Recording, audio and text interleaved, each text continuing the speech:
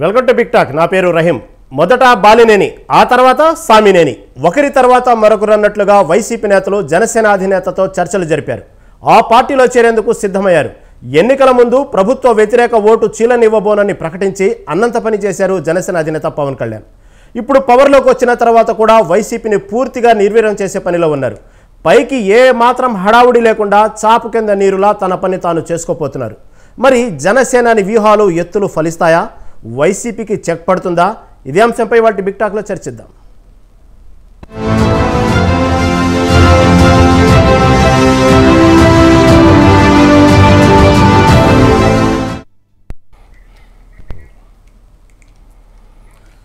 మొదట బాలినేని శ్రీనివాసరెడ్డి, ఆ తర్వాత సామినేని, ఇలా ఒకరి తర్వాత ఒకరు వైసీపీని వేయటం అనేది నిజంగా వైసీపీకి షాక్ల మీద షాక్లే అనుకోవాలి. ఈ పార్టీ మొన్న జరిగిన అసెంబ్లీ ఎన్నికల్లో 11 సీట్లకు పరిమితమై ఒక రకమైనటువంటి నిరాస్యంలో ఉన్నప్పటికీ ఇలా ఒకరి తర్వాత ఒకరు పార్టీని వేయటం అనేది కూడా ఒక రకంగా షాక్. మరి ఎందుకు పార్టీని వీడుతున్నారు? వైసీపీని వీడేంత అవసరం ఏమొస్తుంది? పార్టీలో ఏం జరుగుతుంది? ఇదే ఇవాళ ఈ బిగ్ టాక్లో చర్చిద్దాం. మనతో పాటు వైసీపీ రాష్ట్ర అధికార ప్రతినిధి ఉన్నారు సిద్ధంగా ఈ విషయంపై చర్చించడానికి. నారాయణమూర్తి గారు, నమస్తే అండి. నారాయణమూర్తి గారు, నారాయణమూర్తి గారు, మీకు తెలిసిన విషయమే, ఇవాళ మొత్తం రాష్ట్ర వ్యాప్తంగా ప్రధానంగా చర్చించుకున్న విషయం బాలినేని శ్రీనివాసరెడ్డి పార్టీని వేయటం, ఇటుపక్క జనసేన అధినేత పవన్ కళ్యాణ్ కలవటం. సరే, బాలినేని శ్రీనివాసరెడ్డి అనే వ్యక్తి పార్టీని వేయటం అనేది ఒక ఎమ్మెల్యేను ఎంపీని అయితే ఓకే, బాగానే ఉండేది. కానీ బాలినేని శ్రీనివాసరెడ్డి అనే వ్యక్తి ఒక రకంగా జిల్లా వ్యాప్తంగా రాజకీయాన్ని ప్రభావితం చేయగల వ్యక్తి. వైసీపీ పార్టీలో ప్రతి నాయకులు ప్రకాశం జిల్లా వ్యాప్తంగా అందరినీ ఏరికోరి వీళ్ళు సీట్ల విషయంలో కానివ్వండి ప్రతి విషయంలో ప్రభావితం చూపే వ్యక్తి. అలాంటి వ్యక్తి పార్టీని వేయటం అనేది ఒక రకంగా భారీ దెబ్బే కదా వైసీపీ పార్టీకి. ఏమంటారు? అదేం లేదండి, ఇప్పుడు అక్కడ నన్ను తీసుకెళ్లి పెట్టాడు కూడా జగన్ గారు, నాకు అంతే విలువ ఉంటది. అక్కడ నాలాంటి వాడిని తీసుకెళ్లి పెట్టారు అనుకోండి, మీలాంటి వాడిని నాలాంటి వాడిని జగన్ గారు, వాళ్ళకు కూడా అదే విలువ ఉంటది. జగన్ గారిని చూసి ఆయన కార్యకర్తలు గాని ఆ జిల్లాలో ఉన్న నాయకులు గాని విలువిస్తారు కానీ ఆయన్ని చూసి విలువ ఇవ్వడం కాదు, గుర్తుపెట్టుకోండి. ఒకటి. రెండోది, ఏ పార్టీ అయినా, ఇప్పుడు తెలుగుదేశంలోనైనా సరే, తెలుగుదేశం నుంచి ఎవరో ఒక లీడర్ పోయాడు, పోతే చంద్రబాబు నాయుడు ఆగిపోతారా? ఆ బీజేపీ నుంచి ఒక లీడర్ ఎవరో పోయాడు, మోడీ దిగిపోతాడా? పార్టీ ఆగిపోతా బీజేపీ? అదే చాలా దగ్గర వ్యక్తి కదా బాలినేని శ్రీనివాసరెడ్డి అనే వ్యక్తి, చాలా దగ్గర వ్యక్తి, చుట్టము, బంధువు. క్యాండిడేట్లు, ఒక నిమిషం, కాంగ్రెస్ నుంచి చాలా మంది సీఎం క్యాండిడేట్లు అనేక రాష్ట్రాల్లో పోయారు. కాంగ్రెస్ ఆగిపోయిందా? ఇవన్నీ చెప్పుకోవడానికి బాగానే ఉంటది. ఆయన తోపు, ఆయన తురుము, అట్లా ఉండదండి. పార్టీలు, ప్రాంతీయ పార్టీలో నాయకుడు, అధినాయకుడు ఏం చెప్తే అది అన్ని చోట్ల జరుగుద్ది. అధినాయకుడు నిర్ణయిస్తే ఎంతమందిని కొత్త వాళ్ళని ఎంపీలు చేయలేదు, ఎంతమంది కొత్త వాళ్ళు ఎమ్మెల్యేలు చేయలేదు, ఎంతమంది కొత్త వాళ్ళని మినిస్టర్లు చేయలేదు, ఎంతమంది బీసీలని రాజ్యసభ పంపించలేదు, బీసీలని ఎస్సీలని రాజ్యసభ పంపించలేదు. ఇవన్నీ మనం ఒకసారి ఆలోచిస్తే, పార్టీ యొక్క సంస్థాగత నిర్మాణం ఆలోచిస్తే, ఎంతో మంది లీడర్లను తయారు చేసింది వైఎస్ఆర్ కాంగ్రెస్ పార్టీ. ఆ లీడర్లు తయారవుతారు. ఇక్కడ లీడర్ల వల్ల పార్టీ నడవదు. లీడర్లు తయారవుతారు. పార్టీని గౌరవించి పార్టీ పరిధిలో ఎవరైతే ఉంటారో, క్రమశిక్షణతో ఎవరు ఉంటారో వాళ్ళు లీడర్లుగా ఉంటారు, కొనసాగుతారు, చాలా కాలం పాటు ఉంటారు. ఇవాళ బాలినేని గారు కూడా ఆ విధంగానే ఉన్నారు. నేనేమంటానంటే, ఇవాళ ఆయనకి వేసిన ఏదైతే ఓటర్లు ఉన్నారో, ఆయన ఓట్లు వేసారు కదా, 40% ఓట్లు వచ్చాయి కదా, వాళ్ళకి ఏం సమాధానం చెప్తాడు? వాళ్ళని ఎన్నిపోటు పొడిచినట్టే కదా ఆయన. ఓకే, పార్టీ తర్వాత జగన్మోహన్ రెడ్డి గారు అవి మాట్లాడతాం తర్వాత. వాళ్ళు ఆయన పేరు మీద ఆయనకి ఓట్లు వేసిన ఎవరైతే ఉన్నారో వాళ్ళ సంగతి ఏంటి? ఏం సమాధానం చెప్తారు? తెలుగుదేశాన్ని వ్యతిరేకించి, ఈ 3 పార్టీలని వ్యతిరేకించి, బీజేపీ, తెలుగుదేశం, జనసేనను వ్యతిరేకించి ఆయన ఓట్లు వేశారు కదా, జగన్మోహన్ రెడ్డి ఓట్లు వేశారు, మా జెండాను చూసి ఓట్లు వేశారు. ఇప్పుడు ఏం సమాధానం చెప్తారు దాన్ని నేను అడుగుతా ఉన్నా. ఏదో ఇద్దరిని వెనకాతలు వేసుకొని వెళ్ళి నా కార్యకర్తలతో మాట్లాడాను, నేను వెళ్ళాను అని చెప్తే అది అయిపోదు. అది పరిష్కారం కూడా కాదు. అది ఓకే నారాయణమూర్తి గారు, అది ఓకే. మీరు చెప్పినట్టుగానే బాలినేని తోపు తురుము కాకపోతే బాలినేని శ్రీనివాసరెడ్డి అలిగినప్పుడల్లా జగన్ ఎందుకు పిలిపించుకుంటున్నారు, ఎందుకు చర్చలు జరుపుతున్నారు, మళ్ళీ బయటకు వచ్చి మీడియాలో అంతా ఓకే అయిపోయింది మాట్లాడుకున్నాను ఎన్నిసార్లు చూసామండి. అంత ఇంపార్టెన్స్ ఇచ్చారు కదా మళ్ళీ జగన్ ఆయనకి. తోపు తురుము కాకపోతే వదిలేయచ్చు కదా ఆయనకి. నేనేం చెప్తున్నా, అది జగన్ గారి గొప్పతనం. ఏ కార్యకర్తకైనా ఏ లీడర్కైనా జగన్ గారి గొప్పతనం. నేను ఇవాళ కలిసి వచ్చాను జగన్ గారిని, అది నా గొప్పతనం అంటే ఎట్లా? నేను తురుము తోపు నేను వెళ్ళాను కాబట్టి నాకు ఇచ్చాడంటే అది కాదు. ఆయన పిలిపించుకొని ఆయన మాట్లాడాడంటే ఆయన ప్రేమ, ఆయన అభిమానం, ఆయన గొప్పతనం. ప్రజల్ని జాగ్రత్త చూసుకుంటాడనే నమ్మకంతో పిలిపించి మాట్లాడే పరిస్థితి ఉంటది. అంతే తప్ప వ్యక్తికి విలువ కాదు ఇక్కడ, ఆ వ్యవస్థకు విలువ, ప్రజలకు విలువ, ఆ గ్రామాల్లో ఉన్న ప్రజలు చూసుకోవాలి, ఆ వ్యక్తిని చూసుకోవాలి అనేటటువంటి దృక్పథంతో, దూరదృష్టితో, విశాల దృక్పథం జగన్మోహన్ రెడ్డి గారు విలువిస్తారు. దాన్ని కాదని నేను ఆ రొంపులోకి వెళ్తానంటే ఎవరైనా రొంపులోకి వెళ్తాడు, డ్రైనేజ్ లో దూకుతానంటే ఎవడొద్దంటాడు? దూకండి డ్రైనేజ్ లోకి, సముద్రంలో దూకుతానంటే దూకండి సముద్రంలోకి.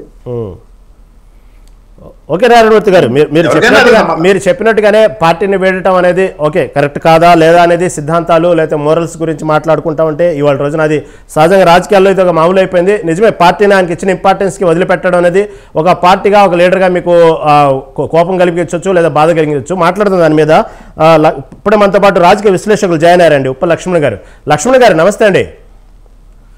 నమస్తే, చెప్పండి. ఉపలక్ష్మి గారు, మీకు తెలిసిన విషయం బాలినేని శ్రీనివాసరెడ్డి ఈరోజు వైసీపీ పార్టీని వీడి జనసేన అధినేత పవన్ కళ్యాణ్ కలవటం జరిగింది. ఇంకా తొందరలోనే జనసేన పార్టీలో చేరతారనే ప్రచారం కూడా జరుగుతుంది. సరే, ఇది ఓకే. కాకపోతే ఇప్పుడే నారాయణమూర్తి గారు చెప్పినట్టు ఎందరో వెళ్తుంటారు, ఆయన వెళ్ళటం పెద్ద ఇంపార్టెంట్ కాదు, ఆయన వల్ల పెద్దగా పార్టీ మీద పెద్ద ప్రభావం చూపదా అంటున్నారు. ఇది కరెక్టేనా? ప్రభావం పెద్దగా చూపదంటారా, ఏమంటారు? ఇప్పుడు రాజకీయ నాయకులు లో కొత్త వాళ్ళకి ప్రభావం తక్కువ ఉంటుంది, సీనియర్ నాయకులకి ప్రభావం ఎక్కువ ఉంటుంది.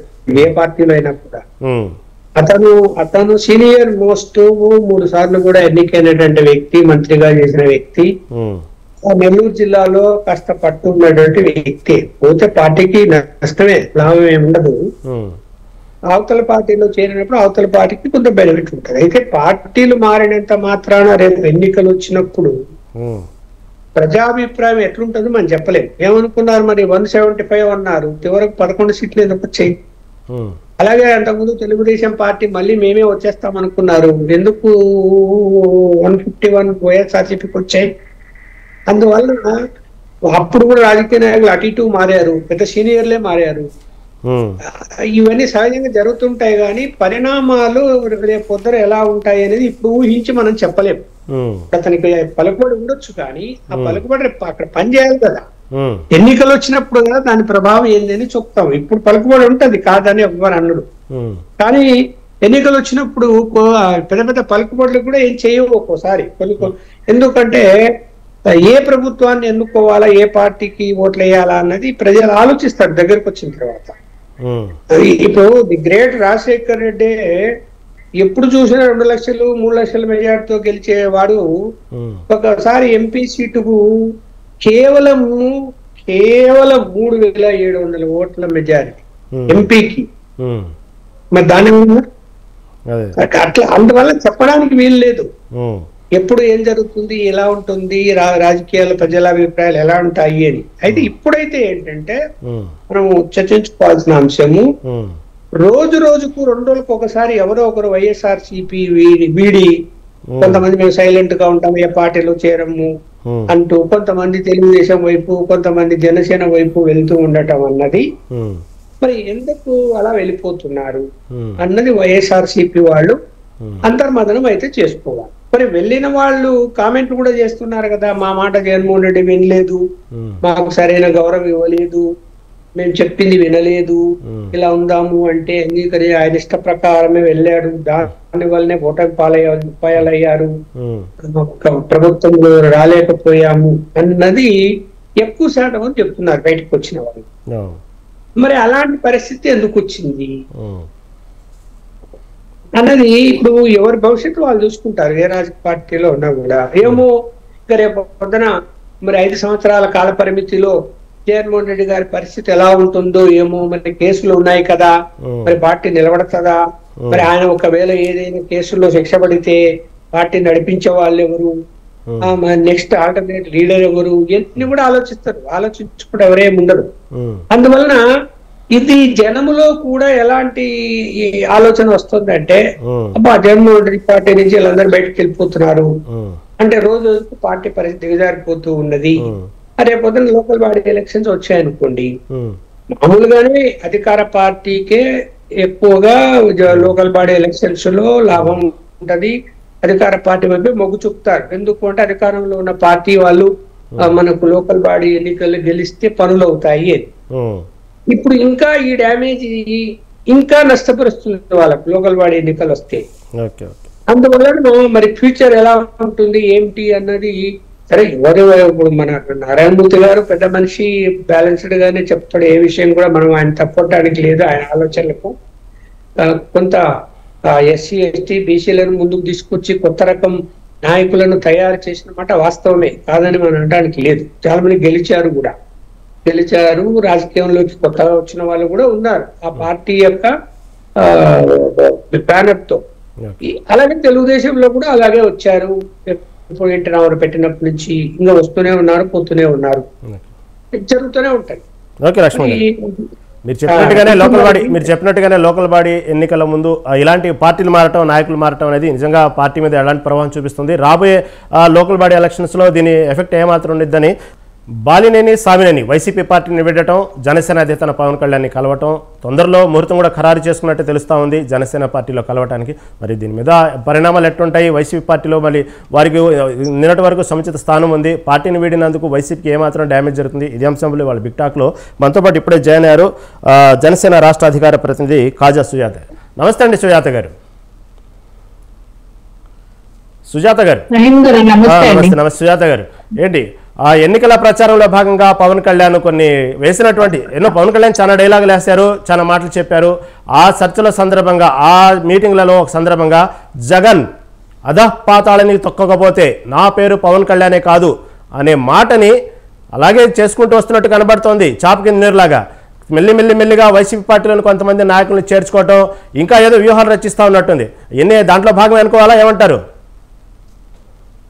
సార్ రహీం గారు, ముందుగా మీకు ప్యానల్ లో ఉన్న పెద్దలకి అందరికీ గుడ్ ఈవినింగ్ అండి. జగన్ నిన్ను అధపాతాళానికి తొక్కేస్తాను అని పవన్ కళ్యాణ్ గారు అన్నారు అంటే కనుక జగన్ చేసిన అప్పటి వైసీపీ ప్రభుత్వం చేసిన పాపాల గురించి, వాళ్ళు చేసిన అవినీతి గురించి మాట్లాడిన మాటలు సార్. అంతేగాని జగన్మోహన్ రెడ్డి గారిని ఏదో పర్సనల్ గా తీసుకుని పవన్ కళ్యాణ్ గారు ఎప్పుడు ఎవరిని మాట్లాడరు. వారు చేసిన పాపాలు, వారు చేసిన అవినీతే వారిని అధపాతాళానికి తీసుకెళ్తాయి సార్. ఇంకొకరు ఎవరో స్కెచ్ వేసో లేదంటే వాళ్ళ మీద కుట్ర పన్నో చేయాల్సిన అవసరం లేదు. ఇంకొకటి, పార్టీలు ఫిరాయింపుల విషయంలోకి వస్తే కనుక వైసీపీ వైఖరి ఎలా ఉంటుందంటే, మా ఇంటికి వస్తే ఏం తెస్తారు, మీ ఇంటికి వస్తే ఏమి ఇస్తారు అన్న చందాన్న వాళ్ళు మాట్లాడతారు. పార్టీలు నేతలు అన్నయ్య వాళ్ళు అన్ని రాజకీయ పార్టీల్లోనూ అటు ఇటు జంప్ చేసే వాళ్ళు ప్రతి పార్టీలోనూ ఉంటారు. మా పార్టీలో కూడా ఒక్క గెలిచిన ఎమ్మెల్యే కూడా ఆ రోజు వైసీపీకి అనుకూలంగా మారిపోవడం, వారికి వైసీపీలోకి జంప్ అవడం జరిగింది. ఆ సందర్భంగా జగన్మోహన్ రెడ్డి గారు అసెంబ్లీలో నవ్విన వెకిల్ నవ్వులు కూడా అందరికీ గుర్తున్నాయి. కానీ మేము వారు చేసినట్టు అటువంటి చేష్టలు చేయమండి. పార్టీ నేతలు, రాజకీయ నేతలు అన్నది వాళ్ళకి స్వేచ్ఛ ఉంటుంది, ఏ పార్టీలో కన్నా మారే స్వేచ్ఛ వాళ్ళకి ఉంటుంది, దాన్ని మనం గౌరవించాలి. అలా అని చెప్పి ఇప్పుడు మేము వైసీపీను ఇంకొక అంటే చచ్చిన పవన్ మళ్ళీ కొట్టి మళ్ళీ చంపాలి అటువంటి పద్ధతి, అటువంటి వ్యవహారం మా దగ్గర ఉండదండి. నెక్స్ట్ ఇందాక మన సార్ వైసీపీ ప్రతినిధి ఆయన నారాయణమూర్తి గారు ఒక మాట అన్నారు. అంటే బాలినేని శ్రీనివాస్ గారిని నమ్ముకుని ఓట్లు వేసిన వాళ్ళ సంగతి ఏంటి, వాళ్ళని మోసం చేసినట్టే కదా అని.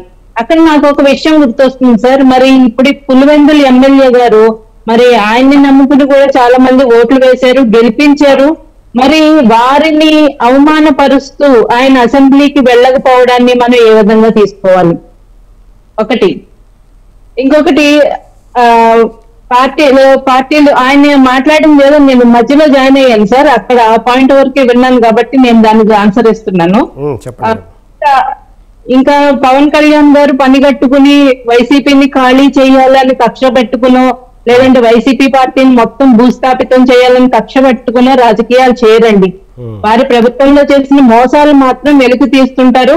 అవి ఎన్నో రోజుకోటి బయటకు వస్తూనే ఉన్నాయి. ఒక్కొక్క శాఖలో చూసుకుంటే ఆ శాఖ ఈ శాఖ అని లేదు, ఆ జిల్లా ఈ జిల్లా అని లేదు, ప్రతి చోట అవినీతి తవ్వే కొద్దీ అనుకొండల్లాగా బయటకు వస్తూనే ఉన్నాయి. విస్తుపోయే నిజాలు రోజుకొకటి వెలుగు చూస్తున్నాయి. ప్రతి శాఖలోనూ వేల కోట్ల అవినీతి.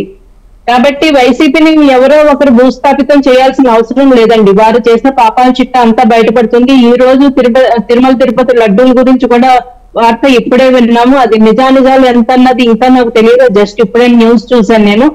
ఒకవేళ అదే గనక నిజం అయితే కనుక మరి దానికి మించిన ఘోర తప్పిదం ఇంకొకటి ఉండదు సార్. సో ఇది సార్, మేము జనసేన పార్టీలోకి వారు రావడం అయితే మాకు ఆనందదాయకమే. మా పార్టీలోంచి పోతిన మహేష్ లాంటి వాళ్ళు కొంతమంది వ్యక్తులు వెళ్ళిపోయినప్పుడు మా పార్టీని చులకనగా చూపిస్తూ, లేదంటే మా పార్టీ యొక్క మా పార్టీని ఒక చేతగాని పార్టీ కింద వీళ్ళు చిత్రీకరిస్తూ వాళ్ళు తీసుకున్నారు పోతిన మహేష్ లాంటి వాళ్ళని. మరి వారి పార్టీలోంచి వచ్చినప్పుడు మాత్రం వాళ్ళు వెళ్ళిపోయిన వాళ్ళని తప్పుగా చిత్రీకరిస్తారు. వెళ్ళిపోయిన వాళ్ళు, పోయిన వాళ్ళందరూ చెడ్డవాళ్ళు, మిగిలిన వాళ్ళే మంచి వాళ్ళు అన్నట్టు మాట్లాడుతుంటారు. 2 సార్లు ఎప్పుడు కూడా ఒక్కటే విధానం మాట్లాడాలి సార్. రాజకీయాల్లో ఉన్నప్పుడు ఏ పార్టీలు మారుతా ఉంటాయి, ప్రభుత్వాలు మారుతా ఉంటాయి, నాయకులు మారుతా ఉంటారు, కానీ మనకంటూ ఒక విధానం ఉండాలి, ఒక స్టాండర్డ్స్ ఉండాలి, ఒక వ్యక్తిత్వం ఉండాలి సార్. అంతేగాని అదే ఇందాక చెప్పినట్టు మా ఇంటికి వస్తే ఏం తెచ్చారు, మీ ఇంటికి వస్తే ఏమి ఇచ్చారు అన్నట్టు మాట్లాడితే విలువ ఉండదండి. సుజాత గారు, ఇప్పుడు బాలినేని సామినేనేనా ఇంకెవరన్నా వచ్చేటువంటి వీళ్లతో పాటు వచ్చేటువంటి నాయకులు ఏమన్నా ఉందా, సమాచారం ఏమైనా ఉందా మీ దగ్గర? ఒక 4-5 పేర్లు అయితే వినిపిస్తున్నాయి సార్. వారు వచ్చిన తర్వాతే మనం కన్ఫర్మ్ చేసుకోవాలి, కానీ ముందుగా ఎవరి పేర్లు నారాయణమూర్తి గారిని కొనుక్కుందాం. నారాయణమూర్తి గారు, ఇందాక మీరు ఒక సందర్భంలో ఒక మాట అన్నారు, జగన్ని చూసి ఓట్లేశారు కానీ బాలినేని చెప్పుకున్నంత వ్యక్తి కాదు, బాలినేని చూసి ఓట్లేమీ లేదు అన్నారు.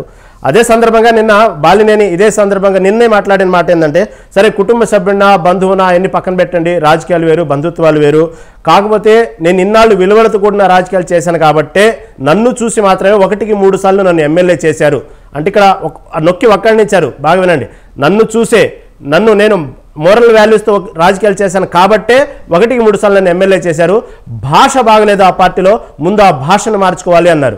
ఏమంటారు దీన్ని? ఇప్పుడు ఎవరైనా నన్ను చూసి ఓట్లు వేసారు అనకపోతే నన్ను చూసి ఓట్లు వేయలేదు అని అంటారా? మా అధినాయకుడిని చూసి కాదు, నేను ఇన్నాళ్ళు నా పర్సనల్ ఇమేజ్ తోనే 3 సార్లు ఎమ్మెల్యే గెలిచానన్నారు. మరి అధినాయకుడు కాకపోతే ఎందుకు ఓడిపోయాడు? అట్లా కాదు కదా. ఇప్పుడు పార్టీ సిద్ధాంతం ఉంటది, ఈ సిద్ధాంతం ఉండవు, క్యాండిడేట్ సిద్ధాంతాలు అంటూ ఉండవు. క్యాండిడేట్ జనంగా అందుబాటులో ఉన్నాడా లేదా, జనంతో మమేకం అయ్యాడా లేదా, పార్టీ సిద్ధాంతాన్ని జనాల్లోకి తీసుకెళ్తున్నాడా లేదా, ఇవి కావాలి అంతే తప్ప ఆయనకు సిద్ధాంతం రాసుకొని పార్టీ తెలుగుదేశంలో చేస్తుంది, లేదంటే పక్కన రాష్ట్రాల్లో బీఆర్ఎస్ లేదంటే బీజేపీయో కాంగ్రెస్ వీటిలో చేస్తుందా? తీరు కదా. అది ఇమ్మెచ్యూర్డ్ గా మాట్లాడితే ఎట్లా? ఏదో భాష కూడా నచ్చలేదంట ఆయనకి, భాష మార్చుకోమని పదే చెప్పారంట. నేను చెప్పేది ఇమ్మెచ్యూర్డ్ గా మాట్లాడితే ఏదో మాట్లాడే అవకాశం ఉంది కాబట్టి ఏదో మాట్లాడితే కాదు.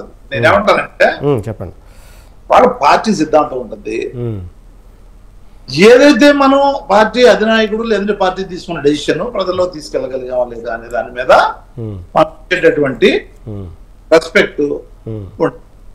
నేను బాలినేని గారి గురించి లేదంటే బాలినేని గారి నియోజకవర్గం లేదంటే జిల్లాలో నాయకులు నేను ఎప్పుడు రోజు కలుస్తూనే ఉంటాను. ఎందుకంటే నేను పార్టీకి గ్రీవెన్స్ సెల్ అధ్యక్షుడిగా పార్టీ నుంచి ఉన్నా, అధికార ప్రతినిధిగా కూడా ఉన్నా. రీసెంట్ గా అనౌన్స్ చేసిన వాటిలో కూడా నేను మా అధ్యక్షులు వారు నన్ను అపాయింట్ చేశారు. అవును, మీరు ఏది మాట్లాడినా చాలా విమర్శనాత్మకంగా మాట్లాడతారు, ఉన్నట్టు మాట్లాడతారు. విన్నాండి మీ చాలా స్టేట్మెంట్స్. నా దగ్గరికి అందరూ వస్తూ ఉంటారు, ఆయన గురించి ఏం మాట్లాడతారో నాకు తెలుసు. నేను ఆయన చెడ్డగా మాట్లాడాలని నా ఉద్దేశం లేదు. అవును, తెలుసండి. ఇవాళ పోయాడని చెప్పేసి ఆయన మీద బురద జల్లడం చేయాలనే ఉద్దేశం నాకు ఉండదు. ఆయన ఏంటో, ఆయన బలం ఏంటో, ఆయన బలహీనత ఏంటో అక్కడున్న ప్రజలకి తెలుసు, నాకు తెలుసు, మా అధినాయకుడికి తెలుసు.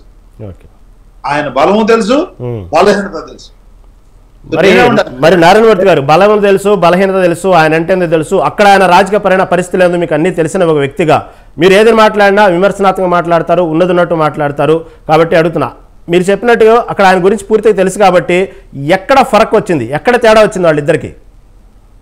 తేడా అనేది కాదు, ఇప్పుడు అదే నేను అనేది, బంధువులే కదా అసలు సమస్య కానే కాదు ఇక్కడ.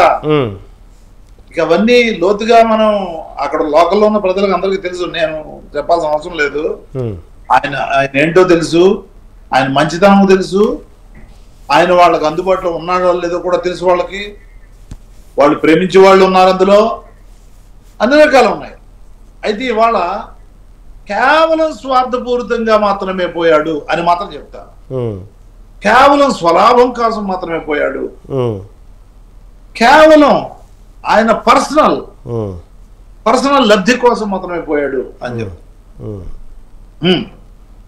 వాళ్ళ జగన్మోహన్ రెడ్డి గారు ముఖ్యమంత్రి అయిన తర్వాత ఆ పార్టీ ఈ పార్టీ అని చూడాల, ఏదైతే మనం లబ్ధిదారులకు ఇచ్చే పథకాలు ఉన్నాయో, అమ్మఒడి కానివ్వండి, విద్యా దీవెన కానీ, వసతి దీవెన కానీ, విద్యా కానుక కానీ, లేని పెన్షన్ కానీ, ఇల్లు కానీ, అసలు ఏ పార్టీ వాళ్ళైనా సరే అక్కడ లోకల్లో మన వాలంటీర్ చెప్తే ఆయన వెళ్ళి సెక్రటరియట్, గ్రామ సెక్రటరీ, వార్డు సెక్రటరియట్ లో అప్లై చేస్తే అది ఆటోమేటిక్గా వచ్చే కార్యక్రమం జరిగింది, అవి ఇవ్వడం జరిగింది.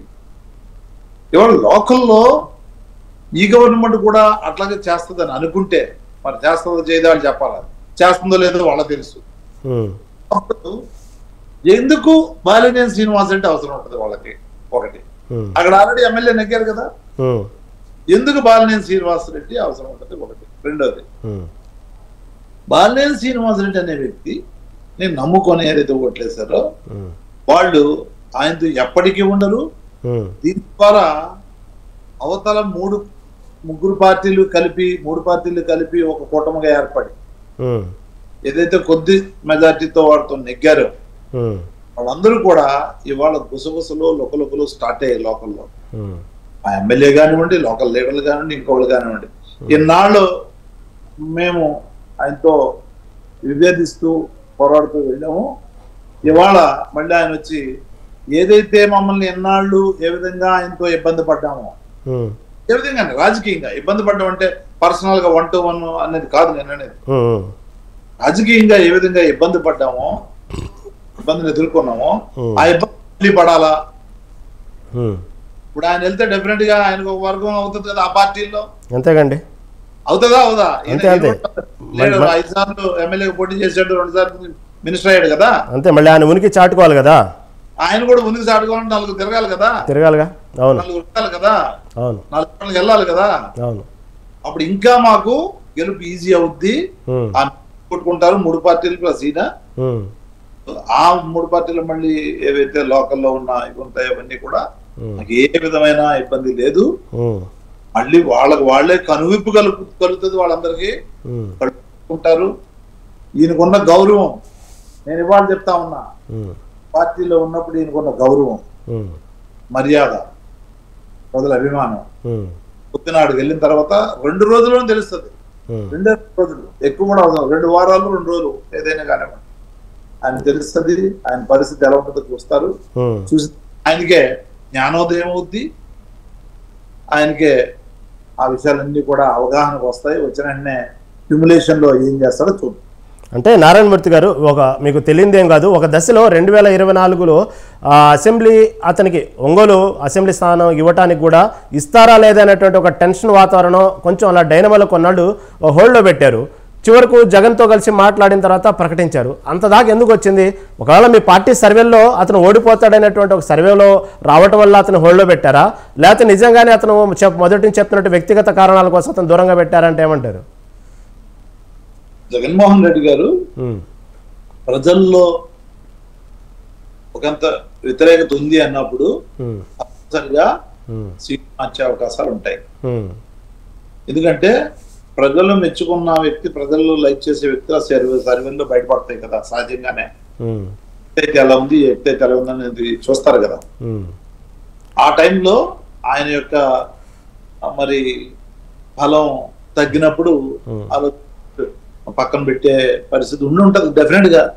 అది సహజంగా జరిగేది, ఆయన సెపరేట్ గా జరిగేది కాదు ఇది. ఒక బాలినేని గురించి సెపరేట్ గా డెసిషన్ తీసుకొని చేసిందో లేదంటే ఇంకో విధంగా చేసింది కాదు ఇది. వ్యాప్తంగా అన్ని వర్గాల్లో ఎవరి ప్రజల్లో ఇది ఉంది అనేది చూసినప్పుడు, ఇలా యాక్సెప్టెన్సీ ఉందా లేదా అనేది చూసినప్పుడు దానికి అనేక కారణాలు ఉంటాయి, అనేక సర్వేలు ఉంటాయి, అనేక కోణాలు ఉంటాయి. కాబట్టి తర్వాత హోల్డ్ పెట్టి ఉంటారు. ఓకే, మాట్లాడతాను నారాయణమూర్తి గారు. మళ్ళీ దీని గురించి డిస్కస్ చేద్దాం, కంటిన్యూ చేద్దాం. లక్ష్మణ గారు ఒక దశలో సిద్ధా రాఘవరావు పార్టీలో చేరాలని మొన్నటి వరకు టీడీపీలో ప్రయత్నించినప్పటికీ కూడా చంద్రబాబుని కలిసిన తర్వాత కూడా విజయవాడ సంబంధించిన మొన్న వరదల్లో నిధులు అందజేసే విషయంలో కూడా దాదాపుగా సిద్ధా రాఘవరావు పార్టీలో చేరతారనే వార్తలు వచ్చినాయి. కానీ సిద్ధా రాఘవరావుని కూడా అటు పక్కన పెట్టేశారు. కానీ బాలినేని శ్రీనివాసరెడ్డి విషయంలో చాలా ఫాస్ట్గా అన్ని పావులు కదుపుతున్నారు, పార్టీలో చేర్చుకుంటున్నారు. ఇది ఏ సంకేతానికి దారితీస్తా అంటారు ఇలాంటివన్నీ కూడా?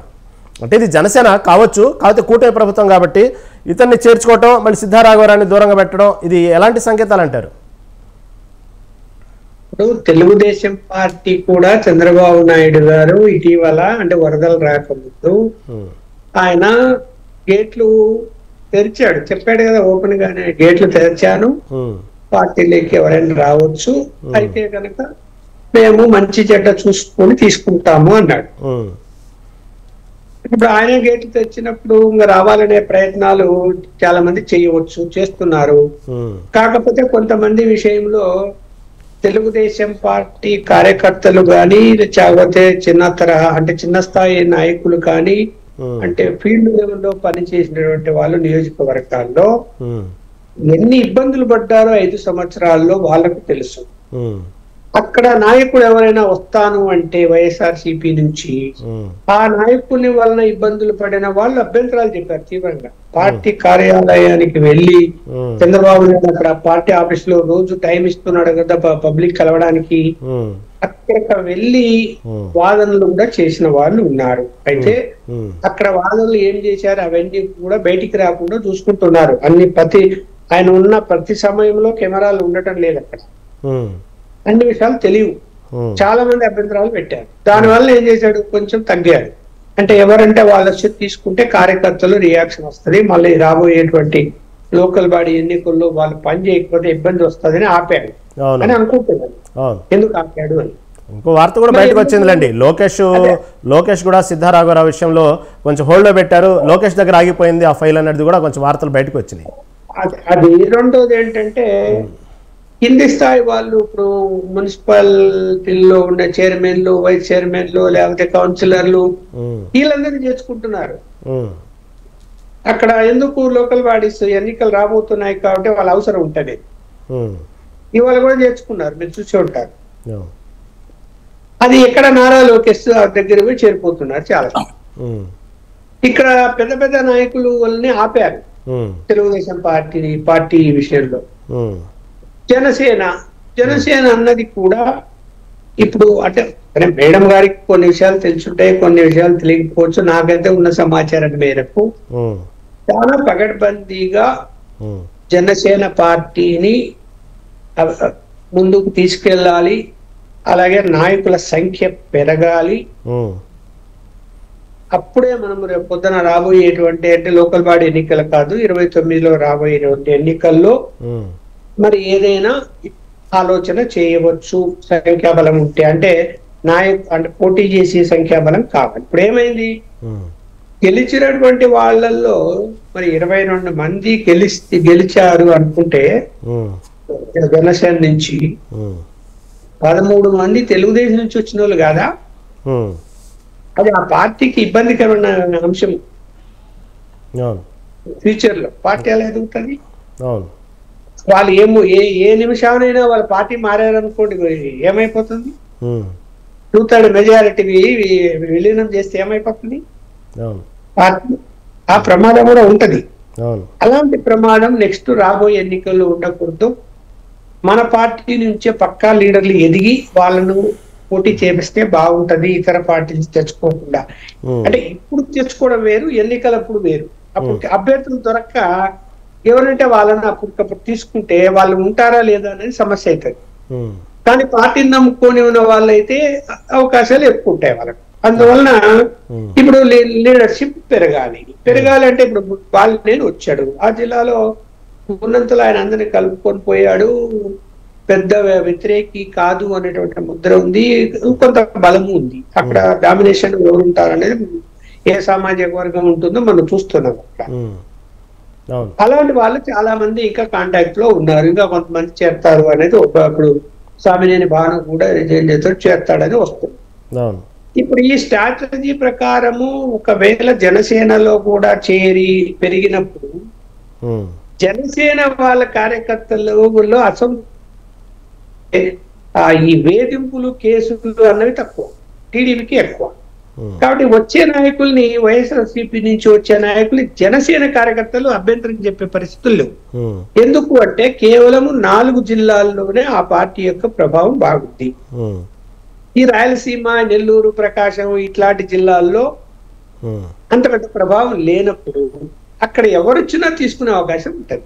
ఓకే మాట్లాడదాం లక్ష్మి, దాని గురించి మాట్లాడదాం. అవునండి, మీరు చెప్పినట్టుగానే ఒకరి అవసరాలు ఒకరికి లోకల్ బాడీ ఎలక్షన్స్ కానీ ప్రతి అవసరాలు కానీ మేము ఉంటాయి. కాబట్టి తీసుకునే విషయంలో వెనక ముందు అయినప్పటికీ కూడా తీసుకోవడం అనేది జరుగుతూ ఉంది. మీరు చెప్పినట్టుగానే జనసేన కూడా నాయకుల్ని పెంచుకునే దిశగా ముందుకెళ్తున్నట్టు కనబడతా ఉంది. మాట్లాడదాం దాని గురించి. సుజాత గారు, మొదటి నుంచి మీరు గమనిస్తూ ఉంటే ఇటు బాలినేని శ్రీనివాసరెడ్డి కానీ ఇటు జనసేన అధినేత పవన్ కళ్యాణ్ విషయంలో ఒక రకమైనటువంటి అధికారంలో ఉన్నప్పుడు కూడా, వైసీపీ అధికారంలో ఉన్నప్పుడు కూడా ఒక రకమైన వాళ్ళిద్దరి మధ్యన స్నేహపూర్వక వాతావరణమే కనబడింది. కొన్ని సంఘటనలు రాయపాటి అరుణ విషయంలో కానివ్వండి, కొన్ని సంఘటనలు వాళ్ళిద్దరూ మాట్లాడుకున్న తీరు విమర్శనాత్మకంగా కాకుండా స్నేహపూర్వకంగా మాట్లాడుకున్నారు. అప్పట్లోనే బాలినేని మీద ఒక పాజిటివ్ ఒపీనియన్ జనసేనలో వచ్చింది. ఒక దశలో జనసేనలో చేరుతున్న వార్తలు కూడా వచ్చినాయి. ఒక దశలో మొదటి నుంచి వాళ్ళిద్దరి మధ్యన ఆ వాతావరణం కలగడానికి కారణం ఏముంది అంటారు? సార్, వైసీపీలో ఉన్నంత మాత్రాన ప్రతి ఒక్కళ్ళు దుర్మార్గులని, ప్రతి ఒక్కళ్ళు అవినీతి పరులని మనం చెప్పలేము సార్. ఎందుకంటే ఒక జనరలైజ్ స్టేట్మెంట్ ఏ పార్టీలోని వ్యక్తులకి మనం ఇవ్వలేము. అన్ని పార్టీల్లోనే అన్ని రకాలుగా వ్యక్తులు ఉంటారు. వైసీపీ పోకడం నచ్చక, అలాగే వారి యొక్క ప్రవర్తన తీరు నచ్చక బాలినేని గారు మొదటి నుంచి కూడా కొంచెం అసంతృప్తిగా ఉన్నట్టే కనిపిస్తుంది. వైసీపీలో ఉన్నప్పుడు కూడా ఆయన వ్యతిరేక గణం 2-3 సార్లు 2020 నుంచి కూడా ఆయన వ్యతిరేక గణం వైసీపీలో వినిపిస్తూనే ఉంది. గతంలో 3 సార్లు జగన్మోహన్ రెడ్డి గారు ఆయన్ని బొజ్జగించిన పరిస్థితులు కూడా, ఒకసారేమో మంత్రి పదవి నుంచి తొలగించిన తర్వాత ఆయన వ్యతిరేక గళం వినిపించారు. అప్పట్లో సజ్జల రామకృష్ణారెడ్డి గారు వెళ్లి బొజ్జగించడం జరిగింది. దాని తర్వాత ఏదైతే ఒంగోలు, నెల్లూరు, బాపట్ల జిల్లాలకి రీజనల్ కోఆర్డినేటర్ గా ఉన్న వ్యక్తిని చిత్తూరు అలాగే ఇంకొక నియోజకవర్గానికి మార్చినప్పుడు ఆయన మళ్ళీ అప్పుడు కూడా కోపగించుకోవడం జరిగింది. మళ్ళీ అప్పుడేమో విజయసాయి రెడ్డి గారు వెళ్లి బుజ్జగించారు. మళ్ళీ ఎలక్షన్స్ ముందు కూడా ఎంపీ సీటు విషయంలో ఆయన ఏదో అసంతృప్తితో ఉన్నారని చెప్పి స్వయంగా జగన్మోహన్ రెడ్డి గారు వెళ్ళడం జరిగింది. అంటే ఇది ఈ రోజు ఏదో వాళ్ళకి పరపచ్చాలు వచ్చో ఇంకోటి ఏదో వచ్చి బయటకు రావడం కాదండి. మాకు తెలిసినంత వరకు ఆయన కొంచెం వైసీపీతో అంట తాగలేకపోతున్నారని చెప్పాలి. 2019 ఎలక్షన్స్ లో విన్ అయిన తర్వాత కూడా వారి మధ్య సయోధ్య కుదరలేదు. ఎప్పటికప్పుడు ఆయన ఉండలేక ఉంటున్నట్టే వైసీపీలో కనిపిస్తుంది. అలాగే వైసీపీలో బాలినేని గారు అంటే ఇప్పుడు బయటకు వచ్చి మాట్లాడుతున్నారు, కానీ వైసీపీ అధికారంలో ఉండగా కూడా చాలా మంది వైసీపీ నాయకులే వారి మాట తీరు కానీ, జగన్మోహన్ రెడ్డి గారు అనుయాయులు, ఆయన చుట్టూరు ఉన్న కోటరీ కానీ, అలాగే రోజా, కొడాలి నాని, వల్లభనేని వంశీ ఇలాంటి కొంతమంది వ్యక్తుల మాట తీరు కానీ వారిలో వాళ్లే వ్యతిరేకించిన మాట వాస్తవం అండి. ఇది కాదు పద్ధతి. ఎందుకంటే వాళ్ళ తండ్రి గారు రాజశేఖర రెడ్డి గారి దగ్గర నుంచి పనిచేస్తున్న నాయకులు ఉన్నారు, వివిధ పార్టీల్లోంచి వచ్చిన నాయకులు ఉన్నారు, జగన్మోహన్ రెడ్డి గారి కంటే ఎక్స్పీరియన్స్ ఉన్న నాయకులు ఉన్నారు. అన్ని రాజకీయాలు చేశారు, అన్ని రాజకీయాలు చూశారు. కానీ మరీ ఇంత ఘోరంగా బూతులతోటి, అసందర్భ ప్రలాపంతో, తప్పుడు ఆరోపణలతోటి, తప్పుడు ప్రచారాలతోటి పార్టీని నడిపించడం అనేది కరెక్ట్ కాదు. ఇలా అయితే పార్టీ మునిగిపోతుంది, మనుగడ ఉండదు అని మొదటి నుంచి అసంతృప్తితో ఉన్నారు. ఆ మాట వాళ్ళు జగన్మోహన్ రెడ్డి గారి వరకు చెప్పే ఛాన్స్ అక్కడ లేదండి. ఎమ్మెల్యేలకు కానీ మంత్రులకు కానీ ఆయన దగ్గర అపాయింట్మెంట్ లేదని చెప్పి చాలా మంది బాహాటంగానే విమర్శించారు. ఉండవల్లి శ్రీదేవి లాంటి వాళ్ళు, కోటమిరెడ్డి శ్రీధర్ రెడ్డి గారు లాంటి వాళ్ళు అధికారంలో ఉండగా బయటకు వచ్చారు సార్. వాళ్ళు అది గమనించాలి. ఇప్పుడు ఏదో బాలినేని శ్రీనివాస్ రెడ్డి గారు ఓడిపోయిన తర్వాత బయటకు రావడం సంగతి తర్వాత, అధికారంలో ఉండగా ఎంతమంది బయటకు వచ్చారండి? మంత్రులు, ఎమ్మెల్యేలు బయటకు వచ్చారు. అలాగే వైసీపీకి సంబంధించిన సర్పంచ్లు మూకుమ్మడిగా రాజీనామాలు చేశారు సార్. ఇవన్నీ కూడా వారి నాయకత్వ లోపం అన్నది వారు కూడా మళ్ళీ ఒకసారి ప్రక్షాళన చేసుకోవాలి. ఎందుకంటే ఒక అధినాయకుడు చుట్టూరు కోటరీ కట్టేసి వాళ్ళు మిగిలిన వాళ్ళు కనీసం మంత్రుల స్థాయిలో ఉన్న వాళ్ళు కూడా వెళ్ళి ఆయన అపాయింట్మెంట్ తీసుకునే పరిస్థితులు లేకుండా, ఆయన గోడు వినే పరిస్థితులు లేకపోతే పార్టీలో ఖచ్చితంగా అసంతృప్తి అన్నది వస్తుందండి. అలాగే సజ్జల రామకృష్ణారెడ్డి గారు అన్న ఆయన మరి ఎలక్షన్స్ 2019 ఎలక్షన్స్ అయిపోయే వరకు ఆయన ఎవరన్నది మరి ఎవరికి బయట బాహ్య ప్రపంచానికి తెలియదు. ఒక సలహాదారుడిగా ప్రభుత్వంలో చేరిన ఆయన మొత్తం తనే ఆయన నడిపించడం చాలా మందిలో మొదటి నుంచి పార్టీకి కష్టపడిన నాయకుల్లో కానీ కార్యకర్తల్లో కానీ విపరీతమైన అసహనం ఉంది సార్. ఇప్పుడు ఈయన బాలినేని శ్రీనివాస్ రెడ్డి గారు మొదలు కాదు అంతము కాదు సార్, ఇంకా చాలా మంది బయటపడవచ్చు. ఎందుకంటే వారు తీరు ఏదైతే వైసీపీ తీరు ఎలక్షన్స్ ఇంత ఘోరంగా 150 మధ్యలో 5 పోయి 11 మిగిలినా కూడా వారి తీరు ఎక్కడ మారట్లేదు. అది వారు గమనిస్తున్నారు. మళ్ళీ అదే అబద్ధాలు, మళ్ళీ అదే తప్పుడు ప్రచారాలు చేస్తే కనుక మళ్ళా నెక్స్ట్ 5 years కూడా ఈ పార్టీకి మనుగడ ఉండదు అనే భయం అయితే వాళ్ళ నాయకుల్లో ఖచ్చితంగా ఉంది. ఈ విషయంలోనే వాళ్ళందరూ ఇంకా బయటికి వెళ్ళాలి అనుకుంటున్నారు. పైగా మళ్ళీ ఇంకొక తప్పు మీద తప్పు అన్నట్టు రోజారెడ్డి గారిని తీసుకుని వచ్చి మళ్ళీ అధికార ప్రతినిధి చేశారు.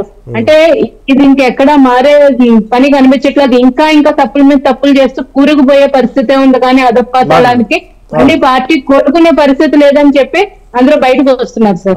అవును శ్రీనాథ్ గారు, మీరు చెప్పినట్టు పార్టీలో అసంతృప్తి ఉన్నమాట వాస్తవం కాదని పక్కన పెడితే మొదటి నుంచి కూడా కొంచెం బాలినేని శ్రీనివాసరెడ్డికి పవన్ కళ్యాణ్కి ఒక రకమైనటువంటి స్నేహపూర్వక వాతావరణం ఉంది. అనేక సందర్భాలు తెలుసు బయటపడ్డాయి. ఆ ర్యాపోతోనే ఆ ప్లాట్ఫామ్తోనే ఈరోజు చాలా దగ్గరగా వెళ్ళడం కూడా జరిగింది అతని దగ్గరికి. అది వాస్తవం. అది దాని గురించి మాట్లాడదామండి. నారాయణమూర్తి ఇంకొక విషయం సార్, ఇంకొక విషయం, పార్టీ అంటే ఎలక్షన్స్ ముందు నాయకులు బయటకు వచ్చారంటే వాళ్ళకి సీట్ ఇవ్వలేదనో ఇంకోటి ఏదో వారు కోపంతో బయటకు వచ్చారు అనుకోవచ్చు. ఎలక్షన్స్ అయిపోయిన తర్వాత బయటకు వస్తున్నారంటే ఖచ్చితంగా అధినాయకత్వం యొక్క వాళ్ళ పోకడం మేము ప్రశ్నించుకోవాల్సిన అవసరం ఉంటుందండి. సుజాత గారు, ఇది సహజం రాజకీయ పార్టీలో ఉంటే దాని గురించి మాట్లాడదామండి. నారాయణమూర్తి గారు, ఇక్కడ ఎంపీ సీటు విషయంలో వచ్చేటప్పటికి ఎందుకు అంత మండిపట్టు బాలినేని శ్రీనివాసరెడ్డి, మాగుంట శ్రీనివాసరెడ్డికి వాళ్ళని పట్టడం జరిగింది. కానీ జగన్ మాత్రం చెవిరెడ్డి భాస్కర్ రెడ్డిని తీసుకొచ్చి అక్కడ నిలబెట్టడం జరిగింది. ఒక రంగా చెప్పాలంటే ఎన్నోసార్లు అసంతృప్తి అవ్వటం, జగన్ బుజ్జగించడం బాలినేని. ఇలాంటి పరిణామాల్లో ఈ సీటు విషయంలో కూడా మొండిపట్టు పట్టి అప్పటి నుంచే కొంచెం అసహనంగా ఉన్నారనేది కూడా వార్తలు వస్తానండి. అక్కడైనా వాళ్ళిద్దరికి ఇంకా ఫైనల్గా చెడింది.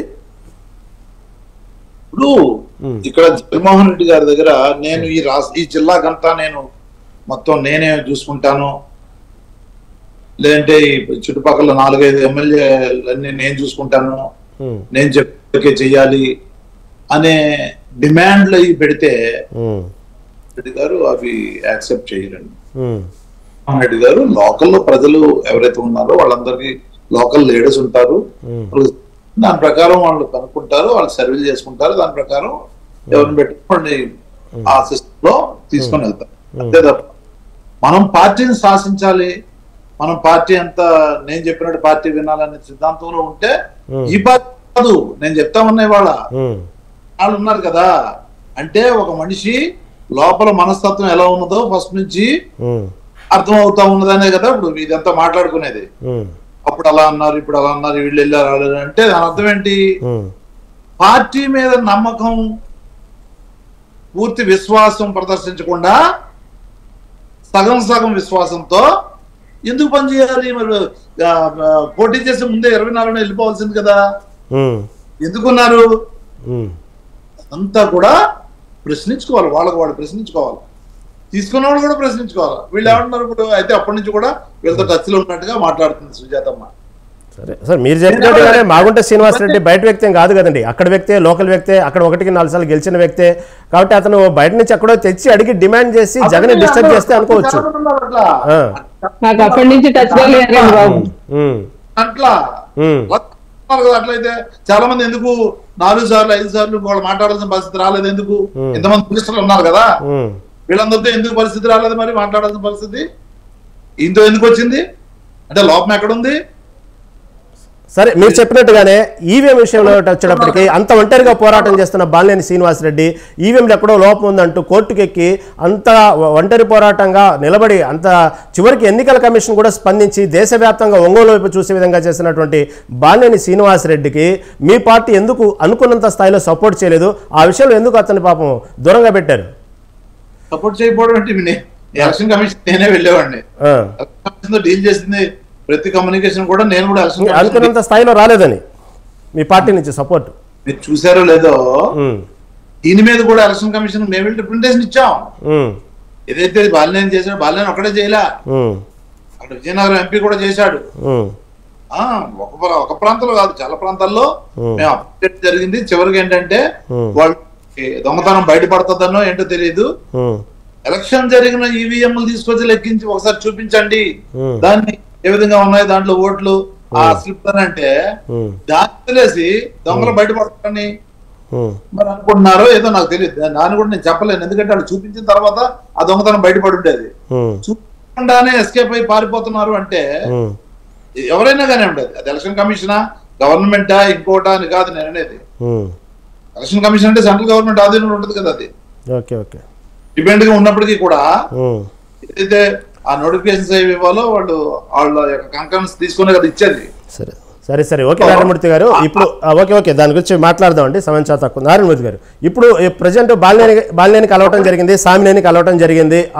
మీరు చెప్పినట్టుగానే త్వరలో ముహూర్తం అనేది ఖరారు అవుతుంది అంటున్నారు, జనసేన చేరుతారు, అది ఓకే.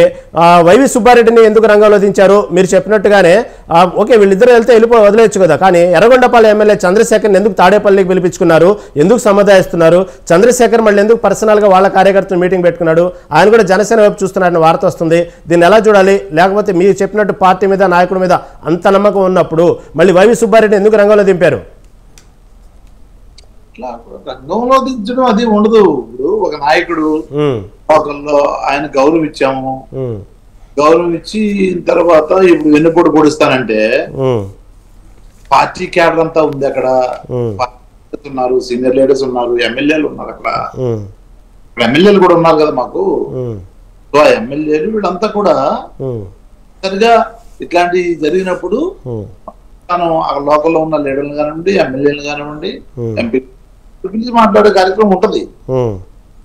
ఎందుకంటే ఈయన నమ్మి ఈయన గౌరవించినప్పుడు చాలా మంది అంటే చాలా మంది 99% జగన్ గారిని చూసి జగన్ గారితో అటాచ్మెంట్ ఉన్న లీడర్లే ఉన్నారు.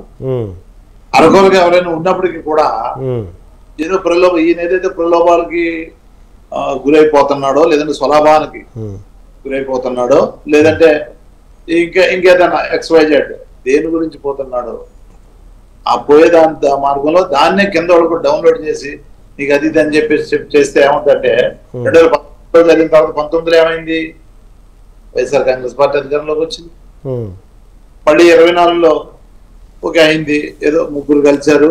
ఎందుకంటే ఏ ఒక్కరికి కూడా వాళ్ళ మీద వాళ్ళకి నమ్మకం లేదు కాబట్టి ఒకటి వాళ్ళ కాళ్ళు ఒకళ్ళు పట్టుకొని పోయే కార్యక్రమం చేశారు. అంతా చూసాం మనం. ఆ జైలు పోవడం, తర్వాత ఇవన్నీ కాకుండా మళ్ళీ ఈ ఈవీఎంస్ అనేటటువంటి ఒక పెద్ద భూతం కూడా కనపడతా ఉంది. మళ్ళీ ఏది ఈ శక్తిహీనులందరూ కలిసి ఏదో పెట్టి ఇవన్నీ కాకుండా కలవడం వచ్చి ఓ పక్క, మళ్ళీ ఈవీఎంలు ఓ పక్క, ఇవన్నీ వదిలేసి పూర్తిగా జనాల్ని నమ్మించి ఆ వెన్నుపోటు పొడిసి మోసం. ఓకే నారాయణమూర్తి గారు, ఓకే సమయం చాలా తక్కువ ఉంది. బాలినేని గారు సారీ సమయం చాలా తక్కువ ఉంది. నారాయణమూర్తి గారు, మీకు బాలినేని గారు చెప్పిన అంటే ఇప్పుడు ప్రజెంట్ చెప్పిన విషయాలు ఏంటంటే బయటికి వెళ్ళిన సందర్భంలో, ఇప్పుడు పార్టీ నుంచి బయటికి వెళ్ళిన సందర్భంలో చేసిన వ్యాఖ్యల్లో ప్రధానంగా చెప్పింది అతను నన్ను ఏ తప్పు చేయకపోయినా సరే మంత్రి పదవుల నుంచి తొలగించారు, వైఎస్ఆర్ని తిట్టిన వాళ్ళు మాత్రం మంత్రి పదవిలో కొనసాగించారు. ఇది ఒక మెయిన్ ప్రధానంగా చెప్పుకొచ్చారు. దీని తీయడం, తప్పు చేయకపోతే కంటిన్యూ చేయడం ఉంటాయి. పార్టీ అన్న సో నీకు నచ్చి నాకు కావాలి అని చెప్పేసి నువ్వు అనుకుంటే నీతో చేయాలి కదా. ఆయన చేసే కార్యక్రమంలో అనేక కోణాలు ఉంటాయి. అలా అని చెప్పేసి 150 మంది అంటే 150 ఇచ్చే అవకాశం ఉండకపోవచ్చు, వేరే వేరే అవకాశాలు ఇవ్వచ్చు. ఇవాళ ఏదైతే పాయకులపేట పోటీ చేశారో బాబురావు, ఆయన ఓడిపోయారు. సరే, ఇంకొక విషయం ఆయన చెప్పింది ఏంటంటే, నేను ఎప్పుడు వ్యక్తిగత అవసరాల కోసం జగన్ని కలవలేదు. ఒకప్పుడు ఉప ఎన్నికలకు 17 మంది బయటకు వచ్చి ఉప ఎన్నికల కోసం ఆయన కోసం వెళ్ళాము. ఈ రోజున ఆయన పక్క ఆ 17 మందిలో ఒక్క ఎమ్మెల్యే లేడు, ఒక మంత్రి లేడు. అంటే దాన్ని బట్టి అర్థమవుతుందా అని అంటున్నారు. నేను అనేది ఎమ్మెల్యేలు మంత్రులు లేరా ఉన్నారా అనేది అది కాదు నేను అనేది. అంటే ఎలా అయితే నేను నమ్ముకున్నానో పార్టీని, ఎలా అయితే నేను ఆ జగన్ అంటే ఎంత అభిమానంగా ఉన్నానో, నాలాగా 17 మంది బయటకు వచ్చారు ఆ రోజు ఉప ఎన్నికకి. ఈ రోజు నా 17 మంది ఒక్కరు కూడా లేరు. దీన్ని బట్టి అక్కడ ఉన్నటువంటి పార్టీలో ఉన్నటువంటి వాడికి ఒక భాష, లేకపోతే అతను జరిగిన పార్టీలో జరుగుతున్న తప్పులు స్వీకరించే విధానం జగన్కు లేదు అన్నట్టు కూడా చెప్పుకొచ్చారు. అంటే మిగతా వాళ్ళు ఉన్న వాళ్ళందరూ ఈయనొక్కడే అంటే అనకూడదు, ఈయనొక్కడే జ్ఞాని, అందరూ గొప్పవాడు, తెలివైన వాళ్ళు.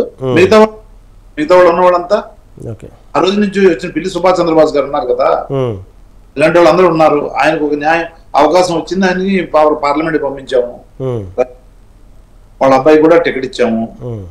ఇది షార్ట్ టర్మ్ చూడ.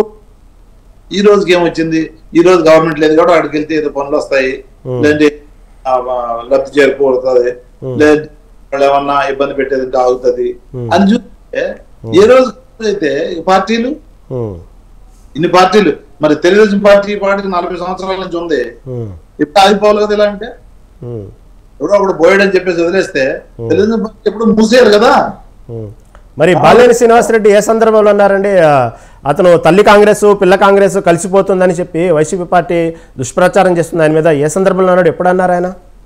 దారండి పోయే దానిలు అందరూ చాలా మంది మాట్లాడతారు. ఇక ఎవరన్నా స్వయంగా బాలినేని శ్రీనివాసరెడ్డి అన్నారు, అనవసరం నా మీద దుష్ప్రచారం చేస్తున్నారు, నేను ఆ మాటే తనలేదు, తల్లి కాంగ్రెస్ పిల్ల కాంగ్రెస్ కలవబోతుందని అనవసరం నా మీద చేస్తున్నారని స్వయంగా బాలినేని మీడియా సాక్షిగా అన్నారు.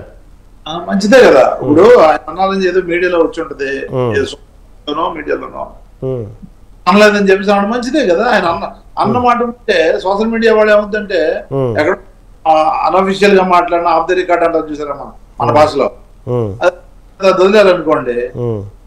అనలేదు అన్నాడు, మంచిదే, తప్పే ఉంది. ఆయన అన్న మాట అనలేదు అన్నాడు, తప్పే ఉంది. అన్న మాట ఉంటే అన్నట్టు, అన్న మాట ఉంటే అనలేదని చెప్పడం లేదు. ఆయన దారాన్ని చూసుకున్నాడు, తప్పే ఉంది, చూసుకున్నాడు. ఇంకో మాట కూడా ప్రధానంగా అన్నారండి, సామాజిక అంశాల మీద నన్ను మా పదవిలో నుంచి తీసేశారు, ప్రకాశం జిల్లాకి ఏ ఒక్క మంత్రి పదవి కూడా లేదని చెప్పారు అప్పట్లో, కాబట్టి సామాజిక న్యాయం ప్రకారం మీకు ఇవ్వట్లేదు అని నాకు నచ్చజెప్పి చివరికి ఇన్ని డ్రామాలు ఆడి చివరిలో సురేష్ని కంటిన్యూ చేశారు పార్టీలో. ఇది ఇంత డ్రామా అవసరమా నన్ను పీకేయడానికి? ఇది అంటే తెలియదు కానీ ఒక పార్టీలో నిబద్ధత గల నాయకుడు, నిబద్ధత కార్యకర్తడు. నేను పార్టీ పుట్టినప్పటి నుంచి ఉన్నాను, ఉన్నంతకాలం ఉంటాను, ఉన్నంతకాలం ఉంటాను. అయితే నేనేమన్నానంటే నిబద్ధత గల కార్యకర్తగా నేను ఒకటే చెప్తా, ఆ పక్కోడికి ఇచ్చారు, ఈ వెనకోడికి ఇచ్చాడు, ఆ పక్క జిల్లా వాడికి ఇచ్చారు, మాటలు ఎప్పుడు కూడా మన మాట అది మెచ్యూర్ పాలిటిక్స్ కానే కాదంటా నేను. నీ శక్తి ఏంటి, మద్దతు ఏంటి, నీ అర్హత ఏంటి, ఈ మూడు చూడాలి. నీ శక్తి ఏదో మోయలేదు నీవు నెత్తి మీద పెట్టారనుకోండి, మోయలేవు. నువ్వు మోయలేదు, నువ్వే అడిగి నెత్తి మీద పెట్టుకున్నావు అనుకోండి, ఇప్పుడు నువ్వు మోయలేవు, నీకు ఇబ్బంది. నీ అర్హత, నీ క్వాలిఫికేషన్ నుంచి పని చేస్తున్నావు, ఏం చేస్తున్నావు, ఇవన్నీ కొన్ని ఉంటాయి కదా. ఆ పక్కనే దేనికి ఇచ్చేది, ఇప్పుడు దేనికి ఇవ్వాలి, లేదంటే పక్క జిల్లాలకు ఏ విధంగా సామాజిక న్యాయం చేసాం, ఈ జిల్లాకి ఏంటి, ఇంకో జిల్లా ఏంటి, అనేక రకాల సమీకరణలు ఉంటాయి. క్యాస్ట్ ఉంటాయి, మతాలు ఉంటాయి, ఏరియాస్ ఉంటాయి, అనేక రకాలు ఉంటాయి, ఒకటి కాదు. దాంట్లో పరంగా నీకేం కావాలడు తప్పలేదు. ఓకే నారాయణ, మీరు చెప్పినట్టుగానే అనేక సామాజిక అంశాలతో పాటు ఆ ప్రాంతాలకు ముడిపడి ఉంటాయండి. మంత్రి పదవులు ఇవ్వాలంటే ముడిపడి ఉంటాయి, కాబట్టి ఆ ముడిపడిన అంశాలతో బాలినేని దూరం చేశారని మీరు అంటున్నారు. కానీ అతను మాత్రం ఈ జిల్లాకి పర్టికులర్ ఏ పదవి లేదు అని చెప్పారు. చివరికి మాత్రం అలా నన్ను హోల్డ్లో పెట్టి చివరికి సురేష్ను కొనసాగించారు, కాబట్టి అది నన్ను బాధ కలిగించింది అంటున్నారు. మాట్లాడదాన్ని మీరు మాట్లాడదాం. లక్ష్మణ్ గారితో మాట్లాడిన తర్వాత మీ దగ్గరకు వస్తాను. లక్ష్మణ్ గారు ఓవరాల్గా విన్నారు కదా, దీన్ని బట్టి బాలినేని ఏదైతే హర్ట్ అయ్యారో బాలినేని పార్టీని వేయటానికి ప్రధానమైన కారణాలన్నీ ఇప్పుడు దాకా నేను అతనితో మాట్లాడి మీరు విన్నారు. దీన్ని బట్టి బాలినేని హర్ట్ అవ్వటంలో న్యాయం ఉందా, లేకపోతే ఇది కమాన్గా రాజకీయ అంశాలతో కూడుకున్న విషయాలు కాబట్టి ఈ విధంగా పార్టీ అధికార పార్టీలు వచ్చినప్పుడు మారుతూ ఉండటం సహజం అంటారా? సహజమేం కాదు. బాలినేని ఏదైతే అసంతృప్తి వ్యక్తం చేస్తున్నాడో, తనకు ఇంపార్టెన్స్ ఎందుకు ఇవ్వలేదో తను చెప్తున్నప్పుడు మనం కూడా అర్థం చేసుకోవాల్సింది ఏంటంటే, పార్టీలో ఒకటేంటంటే అత్యంత సన్నిహితుడుగా జగన్మోహన్ రెడ్డి గారికి ఉంటూ వచ్చాడు, తర్వాత నమ్మాడు. మరి ఏమైనా భారీగా డబ్బు కూడా ఖర్చు పెట్టడము అది మనం చెప్పలేం, తెలియదు, అది వాళ్ళిద్దరి మధ్య ఉన్న అంశం.